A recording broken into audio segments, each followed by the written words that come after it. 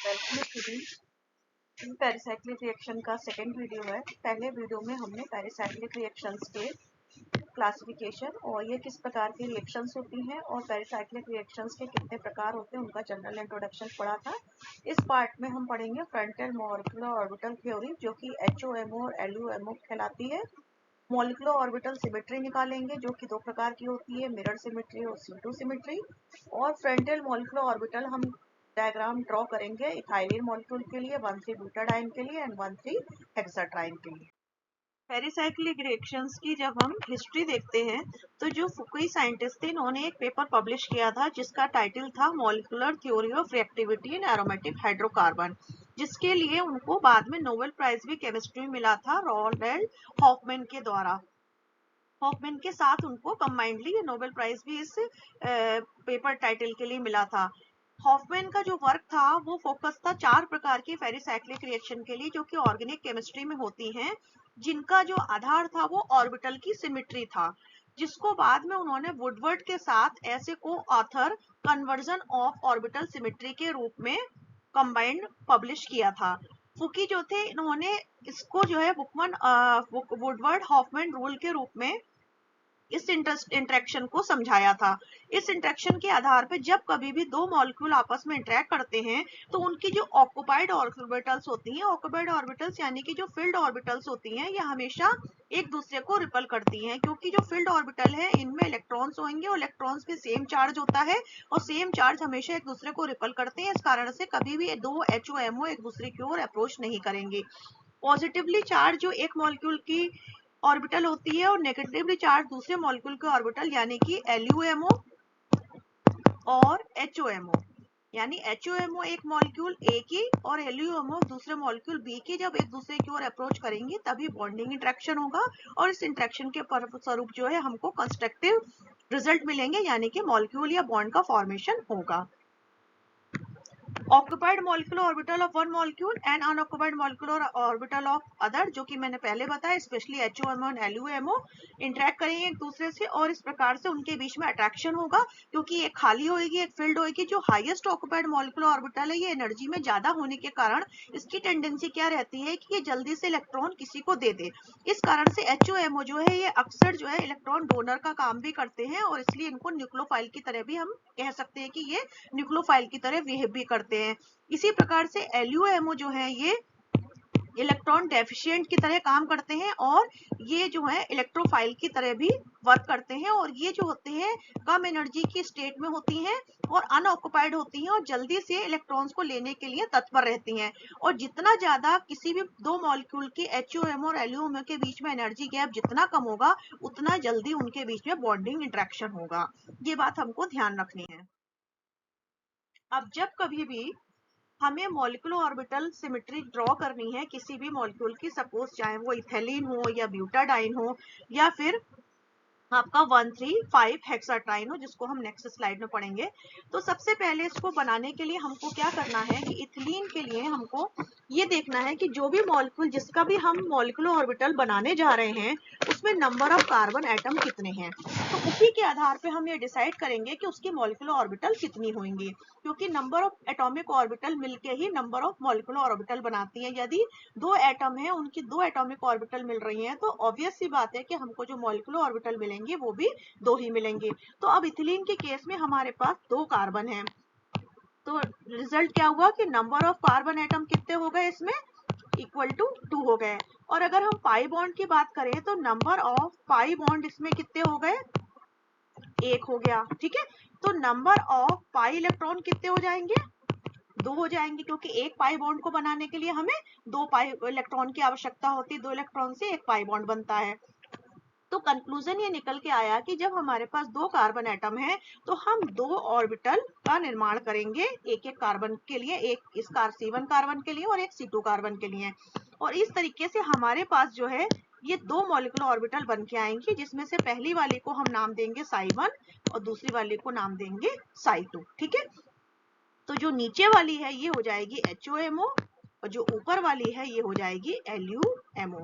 HUMO already मैंने बताया highest occupied molecular orbital और LUMO lowest unoccupied molecular orbital.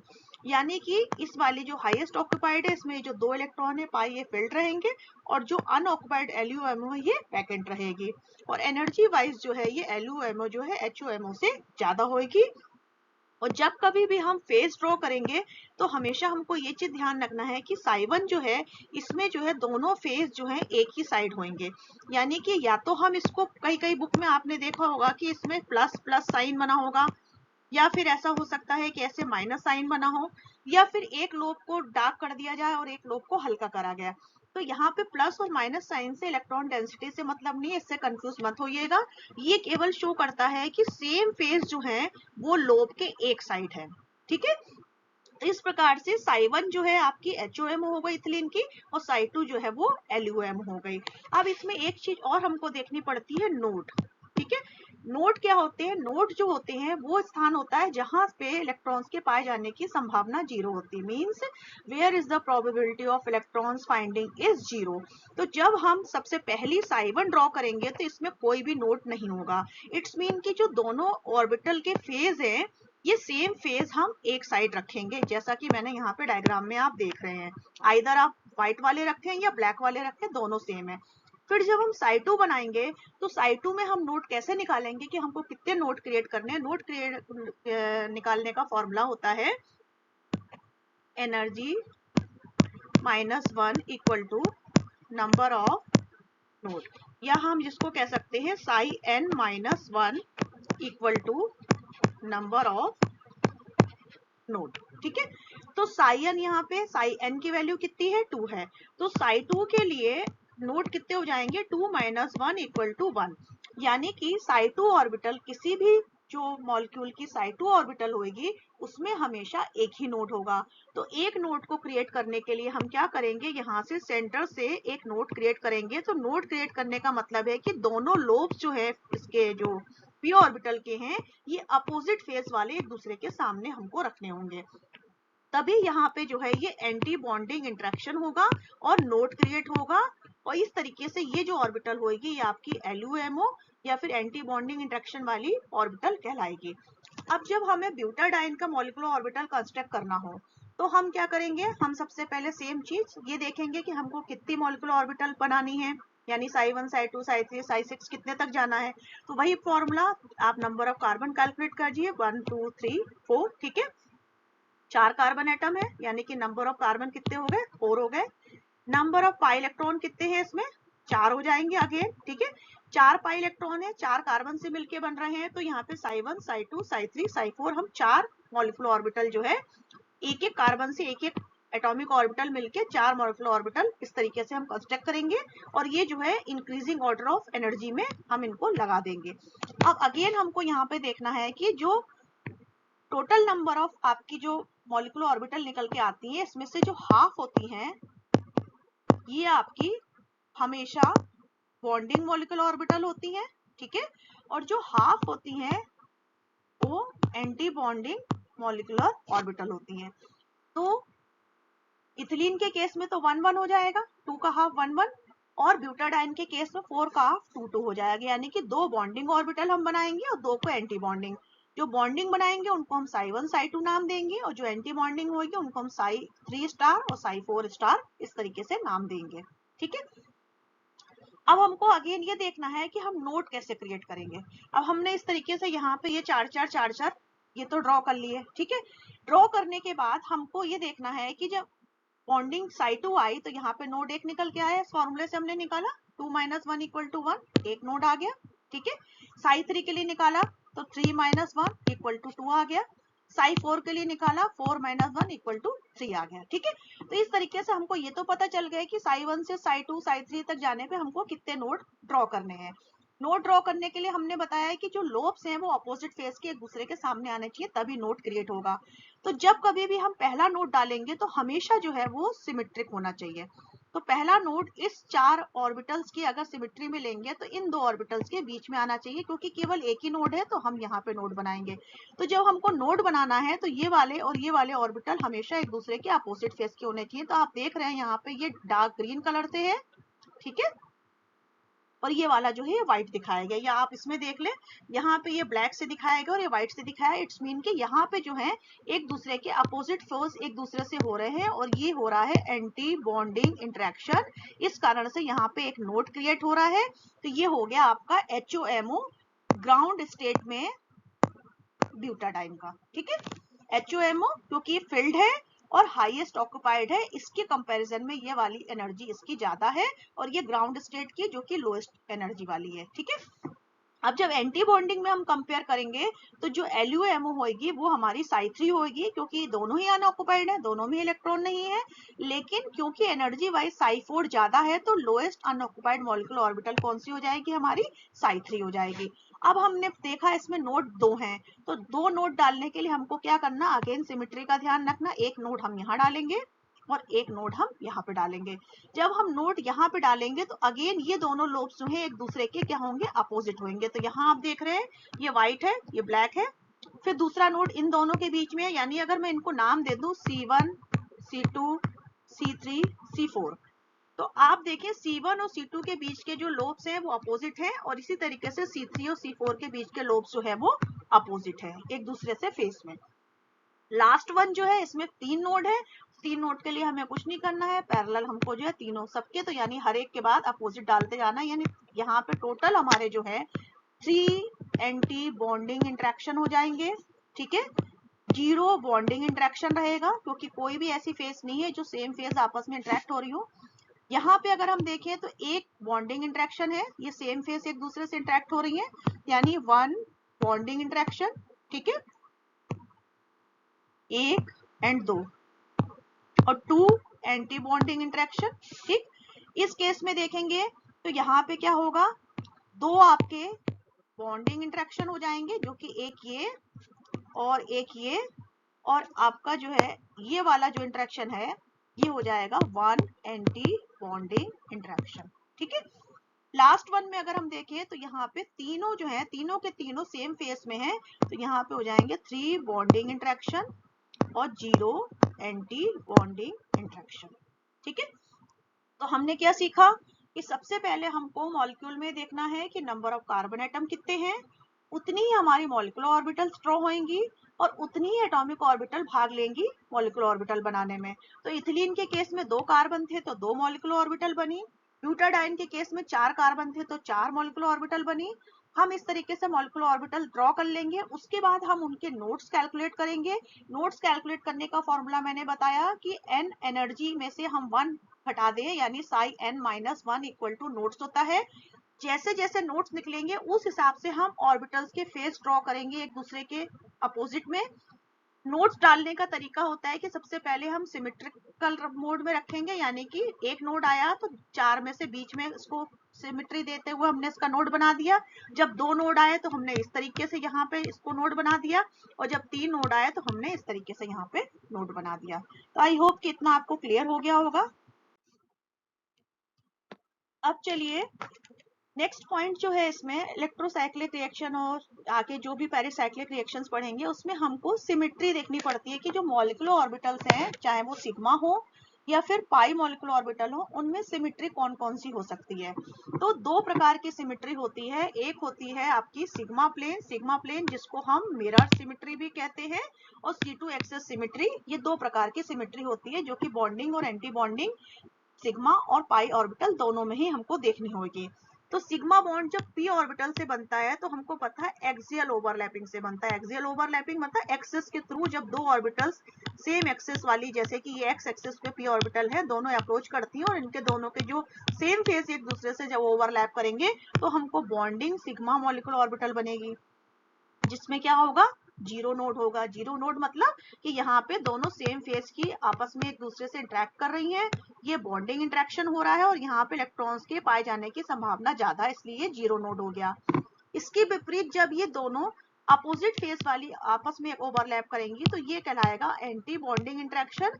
Anti bonding interaction में 1 node होगा, यानी कि यहाँ पे इलेक्ट्रॉन्स के पाए जाने की संभावना 0 है क्योंकि दोनों एक दूसरे से एंटी बॉन्डिंग इंटरेक्शन से फॉर्म हो रही है और ये कहलाएगी सिग्मा स्टार मॉलिक्यूलर ऑर्बिटल, ठीक है। अब जब हमको इन सिग्मा ऑर्बिटल्स में सिमेट्री चेक करनी हो तो मिरर सिमेट्री के लिए, जैसा कि नाम बता रहा है मिरर, जब हम इन ऑर्बिटल्स के बीच में एक मिरर रख देंगे तो हमको उन दोनों की मिरर इमेज मिलनी चाहिए।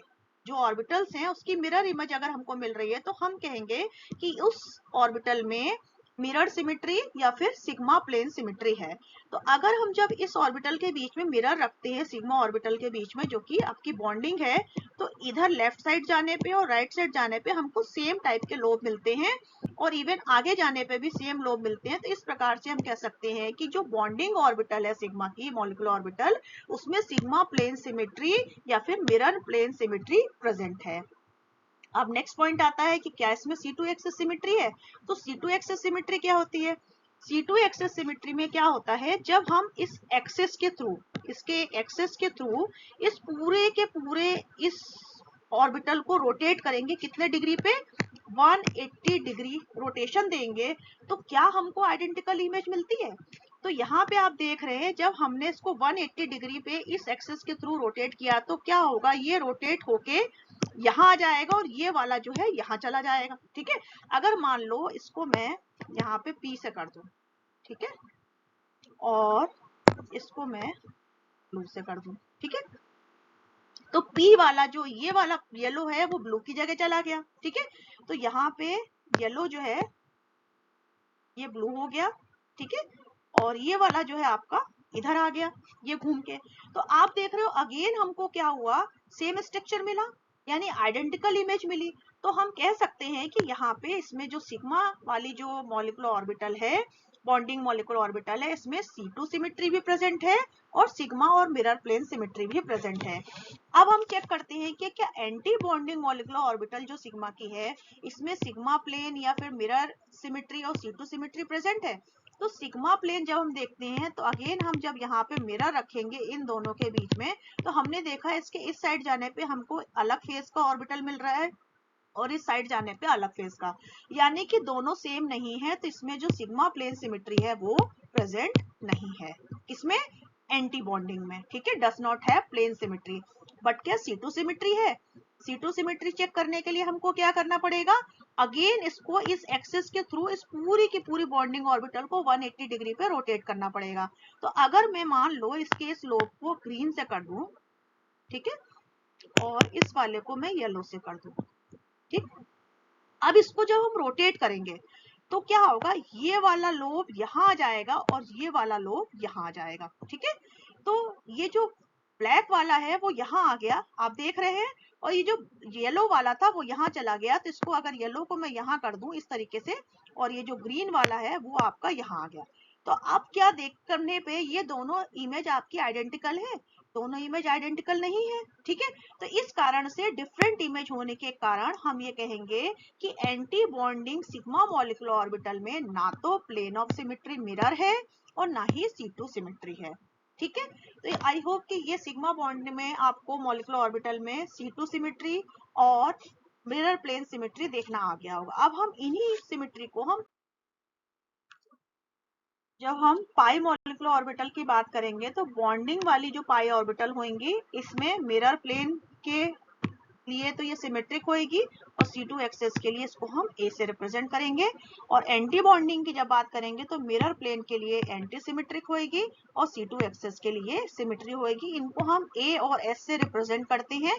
दूसरा तरीका जो होता है C2 एक्सिस सिमेट्री को चेक करने का वो ये होता है कि अगर हम इसके सेंटर से एक लाइन ड्रॉ करें और हमको लाइन सेम लोब से जाके मिलाती है, जैसे कि यहाँ से हम लेके यहाँ गए तो हमको सेम लोब मिल रहा है, और अगर हम इस तरीके से यहाँ गए सेम लोब, तो हम कह सकते हैं कि उस p ऑर्बिटल में C2 सिमेट्री प्रेजेंट है विदाउट गोइंग ऑन रोटेशन। ये भी एक तरीका है C2 एक्सिस सिमेट्री को चेक करने का कि अगर अपोज सेम साइड के जो फेस के लोब्स हैं एक दूसरे से सेंटर से पास करने पे लाइन मिलते हैं तो हम उस सिमेट्री को बोलते हैं। जैसे इसमें यहाँ पे देखें अगर C2 सिमेट्री, तो ये आप देख रहे हो ब्लैक कलर का लोब है और यहाँ पे ये आपका अपोजिट फेस का लोब है, और अगर इस सेंटर से पास करें इधर ले जाएं और यहाँ ले जाएं तो अगेन आप देख रहे हो अपोजिट। इसका मतलब यहाँ पे C2 एक्सिस सिमेट्री नहीं प्रेजेंट है, जबकि आपकी एंटी बॉन्डिंग जो पाई ऑर्बिटल है उसमें C2 एक्सिस सिमेट्री प्रेजेंट है। साई 3 में हम क्या करेंगे, साई 3 यहाँ पे ये है। ठीक है, तो इसमें जब हमको नोड डालने हैं तो अगेन हम वही सिमेट्रिकल नोड डालने के लिए यहाँ पे एक नोड और एक नोड हम यहाँ पे डाल देंगे। जहाँ पे नोड डाले वहां के जो दोनों ऑर्बिटल्स हैं इनके हम अपोजिट फेस अपसाइड रखेंगे। जैसा कि यहाँ नोड डाला तो इन दोनों के अपोजिट फेस और यहाँ नोड डाला तो इन दोनों के अपोजिट फेस। ये हो गए हमारे दो नोड किसमें, साई 3 में, क्योंकि साई 3 में 3 - 1 = 2 हो गया। अब जब हम साई 4 बनाएंगे, साई 4 में हमको 3 नोड चाहिए, ठीक है। तो 3 नोड के लिए हम क्या करेंगे, यहाँ पे एक नोड हम यहाँ डालेंगे, ठीक है, एक नोड हम यहाँ डालेंगे और एक नोड हम यहाँ पे डालेंगे। अगेन सिमेट्री का ध्यान रखेंगे। तो जहां जहां नोड है वहां पे आप देखना दोनों जो लोब्स हैं वो अपोजिट फेस के एक दूसरे के सामने आएंगे। ये नोड आया, यहाँ पे अपोजिट फेस के सामने आ गए। यहाँ नोड नहीं है इसलिए सेम फेस एक दूसरे के सामने है, यहाँ भी नोड नहीं है इसलिए सेम फेस एक दूसरे के सामने है, और यहाँ पे नोड है इसलिए अपोजिट फेस एक दूसरे के सामने है। फिर S5 की साई 5 की बात करेंगे तो यहाँ पे हमको 4 नोड डालने, 1 2 3 और 4, ठीक है। अगेन जहां पे नोड नहीं है वहां सेम फेस एक दूसरे के सामने आएंगे और जहां पे नोड है वहां अपोजिट फेस एक दूसरे के सामने आएंगे। लास्ट वन जो है इसमें अल्टरनेट करके अपने को बना देना है, क्योंकि इसमें हमारे पास 5 नोड आ जाएंगे साइज 6 में, ठीक है। अब जब हम बात करेंगे ग्राउंड स्टेट की, तो ग्राउंड स्टेट में हेक्साट्राइन में हमें पता है कितने पाई इलेक्ट्रॉन है, 2 3 4 5 6। तो 2 हम सबसे नीचे वाली में साई 1 में रख देंगे, फिर 2 साई 2 में रख देंगे, 2 साई 3 में रख देंगे। तो ये तो इसका इलेक्ट्रॉनिक कॉन्फ़िगरेशन हो जाएगा। कब, जब ग्राउंड स्टेट यानी कि जो स्टेबल वाला है, लोएस्ट एनर्जी वाला है। बट जब हम इसी को HV रेडिएशन देंगे यानी कि फोटोकेमिकल इंड्यूस रिएक्शन कराएंगे, तो जो साई 3 का एक इलेक्ट्रॉन है वो साई 4 में जंप कर जाएगा और ये जो इलेक्ट्रॉनिक कॉन्फ़िगरेशन होगा ये इसका हो जाएगा एक्साइटेड स्टेट कॉन्फ़िगरेशन, जो कि इसका फोटोकेमिकल रिएक्शन के लिए यूज होगा। तो अगर हेक्साट्राइन का क्वेश्चन ये पूछा जाता है कि हेक्साट्राइन का ग्राउंड स्टेट में HOMO कौन है, तो हमारा आंसर होगा HOMO है साई 3, ठीक है। और अगर पूछते हैं कि LUMO कौन है, तो LUMO होगा साई 4, क्योंकि इन तीनों ऑर्बिटल में लोएस्ट अनऑक्युपाइड ऑर्बिटल साई 4 है। साई 5 उससे ज्यादा एनर्जी की और साई 6 सबसे ज्यादा एनर्जी की है, ठीक। नेक्स्ट, अगर हमारी क्वेश्चन ये आता है कि एक्साइटेड स्टेट या फोटोकेमिकल स्टेट में हेक्साट्राइन का HOMO कौन है, तो हमारा आंसर तब हो जाएगा साई 4, यानी साई 4 HOMO हो जाएगा किस केस में, HV के केस में, यानी कि फोटोकेमिकल इंड्यूस रिएक्शन के केस में, ठीक। और जो साई 5 होगा ये हमारा हो जाएगा LUMO, ठीक। अब इसी तरीके से जब हम ब्यूटाडाइन का केस देखेंगे तो यहाँ पे भी आप इलेक्ट्रॉनिक कॉन्फ़िगरेशन देख रहे हैं। तो HOMO ग्राउंड स्टेट में इसका ये हो जाएगा और LUMO जो है इसका ग्राउंड स्टेट में ये हो जाएगा। बट एक्साइटेड स्टेट में HOMO जो है इसका ये हो जाएगा और LUMO जो है वो इसका साई 4 हो जाएगा। तो हमारा आंसर अकॉर्डिंग टू कैसा हम मोड यूज कर रहे हैं रिएक्शन के लिए, आइदर थर्मल जिसको कि हम ट्रायंगल से यूज करते हैं और फोटोकेमिकल जिसको हम HV से यूज करते हैं, तो उसके आधार पे हमारी मॉलिक्यूलर ऑर्बिटल की जो सिमेट्री है, जो उसका फंक्शन है, वो चेंज हो जाएगा कि कौन सी HOMO होगी और कौन सी LUMO होगी। नेक्स्ट एक चीज जो इसमें ध्यान देने है, यहाँ पे टेबल में आपने देखा है सिग्मा सिमेट्री या मिरर सिमेट्री और C2 सिमेट्री भी इन ऑर्बिटल्स की दिखाई गई है। तो हमको सबसे ज्यादा पहले एक चीज ये देखनी है कि किसी भी मॉलिक्यूल की जो मॉलिक्यूलर ऑर्बिटल लोएस्ट होएगी यानी कि साई 1 जो होएगी, इसमें हमेशा मिरर जो होगा वो सिमेट्री होगा, ठीक है। आप देख सकते हैं इसमें भी मिरर सिमेट्री है और इसमें भी मिरर सिमेट्री, इसको हमें सिमेट्री ही रखना है। और इसको देखने का ये तरीका है कि दोनों लोब्स जो हैं ये आपके सेम फेस वाले, जो कॉर्नर के दोनों लोब्स होंगे टर्मिनल वाले, ये दोनों सेम होंगे। इसके बाद आपको इसका अपोजिट करते जाना है, एंटी सिमेट्रिक, फिर सिमेट्री, फिर एंटी सिमेट्रिक, और C2 इसके अपोजिट से शुरू होगा। C2 में क्या हो जाएगा, यहाँ पे C2 में ये आपका एंटी सिमेट्रिक हो जाएगा, ये सिमेट्री हो जाएगा, फिर ये एंटी सिमेट्री हो जाएगा और ये एंटी सिमेट्रिक, क्योंकि हमने पाई ऑर्बिटल में क्या पढ़ा कि पाई ऑर्बिटल की जो बॉन्डिंग और एंटी बॉन्डिंग होती हैं उनमें कभी भी मिरर और C2 सिमेट्री सेम नहीं हो सकती है। एक एंटी सिमेट्रिक होगी तो एक सिमेट्रिक होगी, जबकि सिग्मा में दोनों हो सकती है, ठीक है। दूसरा एक चीज जो इसमें ध्यान देने योग्य है वो ये है कि जो ऑड वाले होते हैं यानी कि साई 1 और साई 3, इसमें आप देखेंगे कि जो टर्मिनल वाले जो लोब्स हैं ये आपके सेम फेस के हैं, ये, ठीक है। और ये क्या है, सिमेट्री को रिप्रेजेंट कर रहा है, कौन सी, मिरर वाली। और जो आपके इवन वाले हैं यानी कि Psi2 और Psi4 जो है, इनकी जो मिरर है, इनके जो टर्मिनल लोब्स हैं, ये दोनों अपोजिट फेस को रिप्रेजेंट कर रहे हैं। यहाँ पे भी आप देख रहे हैं अपोजिट है, और यहाँ पे भी Psi2 में भी ये अपोजिट है। और सेम चीज आप यहाँ पे इसमें भी देख सकते हैं। अगर मैं यहाँ पे देखूं तो ये जो Psi1 है ये ऑड है, तो दोनों फेस जो है सेम है, और मिरर सिमेट्री कैसी है, इसकी सिमेट्री है। अब अगर मैं बात करूं Psi3 की, तो अगेन ये फेस और ये फेस दोनों सेम है। फिर बात करूं Psi5 की ऑड, तो अगेन ये दोनों फेस सेम है। और इवन की जब मैं बात करूंगी, तो इवन के केस में क्या हो जाएगा, ये फेस आपका अलग है और ये फेस आपका अलग है।